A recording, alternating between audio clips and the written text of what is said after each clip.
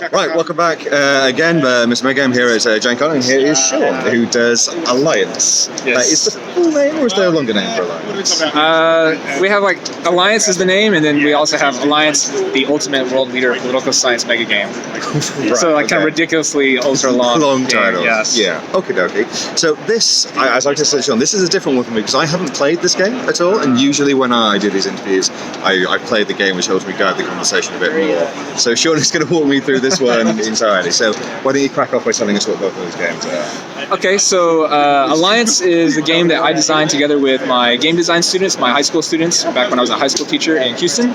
And yeah, we played Watch the Skies, like an old version by Joe Maltman. Yep. And we found that students had no reason not to go straight to nukes, and they just want to push every corner of the game and play every mechanic that's available to them. And so we found we need a game that has more trade and has more like that interlocking systems where they're dependent on each other.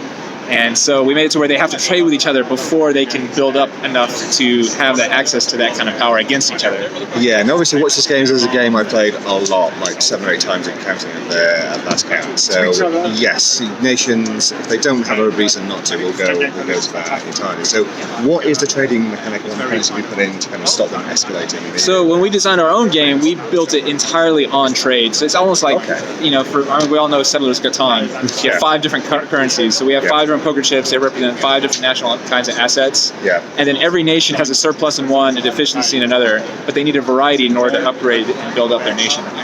Right, okay. And what type of, they kind of fairly random things they want to get? Or they kind of like oil, food, popularity? Yeah, so black represents natural resources, red represents cheap labor and manufacturing, white represents civil institutions like just courts and education, blue represents really high-end technology, and green represents like large finance. Okay, and are these asymmetric between the nations? And they're very asymmetric. So the game, so each nation is truly asymmetric because they have their own incentive, their own objectives. They start different starting resources. Some are mega powers, some are minor powers, and our game is really built on the conflict between nations because they have conflicting objectives that only one of them can accomplish a lot of times, and triangular relationships. Yeah, okay. So that's really interesting because one of the things about Watch the Skies in general is how symmetric all nations are. I mean, yes, America and China make more than, say, Russia and South Korea, but the amounts by which they do so is, I think, America earns double what Russia does. That isn't the relative size of the American and Russian economy. So it can often feel like there isn't that gulf, and they all play very simply. It is basically drive your PR track up as much as you can, results money. So you're saying basically because you've got these different resources to manage, they do different things that goes towards national goals that they kind of got. Yeah, and we also have we have a lot of modular mini games that we kind of bring in or take out. And these kind of emerge as they play. So sometimes we'll have a secret sci-fi theme that emerges. Sometimes there's a more obvious theme that's like, for instance, we have a Alliance Last Days, which is like a sequel. Yeah. Okay. And for a lot more players, there's a lot more criminal factions, a lot more corporate factions, and basically it's kind of an apocalyptic theme. So we're clear about the apocalyptic theme, but how that emerges in the mini games is not always so straightforward and obvious from the beginning. It's not always the same, basically. Yeah. Okay, so and we can take some aspects out or put some in depending on the number of players we get. So it's quite a flexible design. Yeah, okay. And so basically where Watch the Skies has aliens basically is trying to get people to focus on a larger thing other than their national interests. These apocalyptic things are taking the place of that, to look outwards rather than, I say look outwards, all the nations tend to do that, but look out over their national problems to this apocalyptic future that they face. It just depends on which edition I'm running at the time. Yeah, okay. I've tried different things, and I've got 3 editions of it, and each one is some is more on an external threat. More of it is we have like a secret team or player is actively playing against the other teams. Sometimes now what I'm doing is more sophisticated and more like a board game in that the mechanics that emerge match the theme, but it's hard. It doesn't make real clear sense in easy to explain way. And how many times have you run the various versions of this? One each time.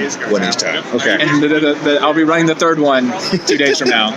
Okay. So that's something I like to see in games, because basically the games that I play that turned out the best are the ones that have had multiple runs, and so they can iterate on the systems that they're actually doing. So it's always kind of a shame to me sometimes when really really good games get run once, and you never get to see the flaws in those kind of ironed out. So when you run things, you'll find things that don't work right. It's something that I encourage all designers to do is try and find what doesn't work right and iterate on it and improve that. What's your kind of process for that? So for me, I got been really fortunate because I moved recently to South Korea, and so for the past year, I've been running the game continually with new players and second language learner players. Yeah, okay. And so I've gotten a chance to really test how badly can the game be played and still work. Players will break everything. So when you say you've only run it 3 times, then it's for non kind of. But I've been running the. But I keep running the base game again and again with new players. So I make the base game really strong, and then the modular parts just plug into the base. Yes. Because the core game needs to be solid, and I'm always reworking the base games, core mechanics. And so what's changed from the base game to now? From when you first started there, what have been kind of biggest changes? Things that kind of go, it just oh bloody continually. hell, that broke. Well, because with Megagames you can do so much, right? 'Cause there's a theatrical aspect to it, so you can kind of make more theatrical stuff.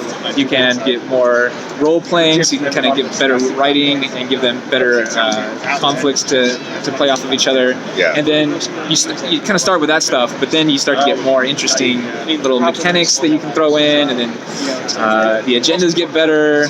I'm really wanting to do more video stuff, so like video announcements between game days that get triggered by people using certain mechanics in the game.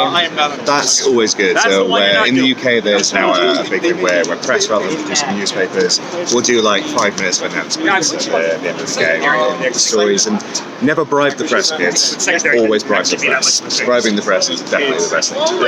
Okay. Shout from the gallery of always then. So that's kind of Alliance. So tell us a bit more about yourself as a game designer, what your journey has been. How did you get into making games? So I'm interesting because I actually was a professional graphic designer for 10 years and web designer.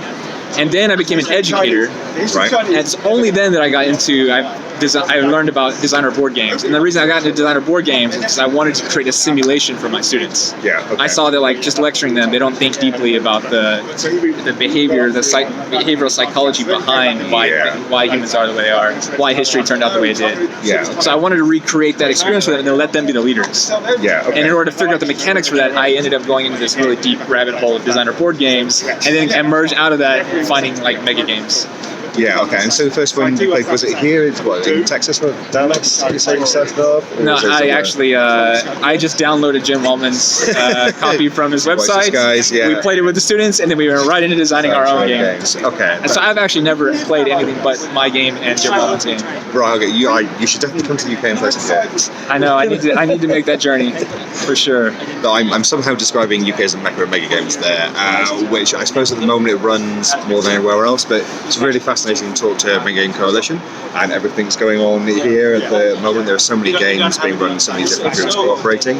That's really, really good to see, and I don't think there's quite that cooperation in groups. They kind of cooperate in calendars, but not so much in the sharing of kind of feedback forms, designing games, and that type of thing. So what's happening in America here is really, really exciting at the moment. And what you're doing, running them in the Southeast Asia, is really exciting.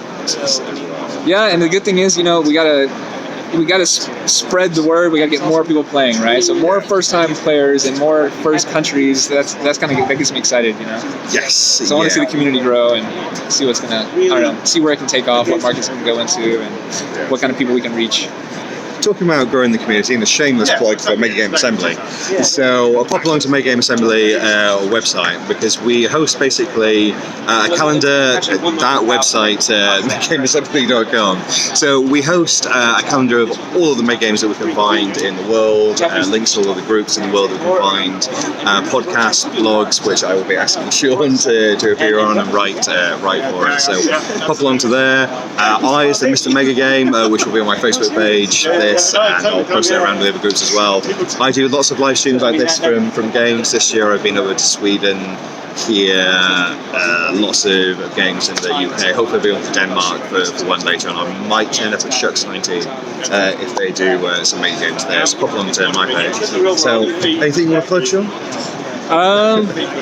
Yeah, let me know if anyone comes to visit Southeast Asia or East Asia. Brilliant. Okay. Thanks very much, Aaron. Thank you very much, Shaun. All right. Thanks.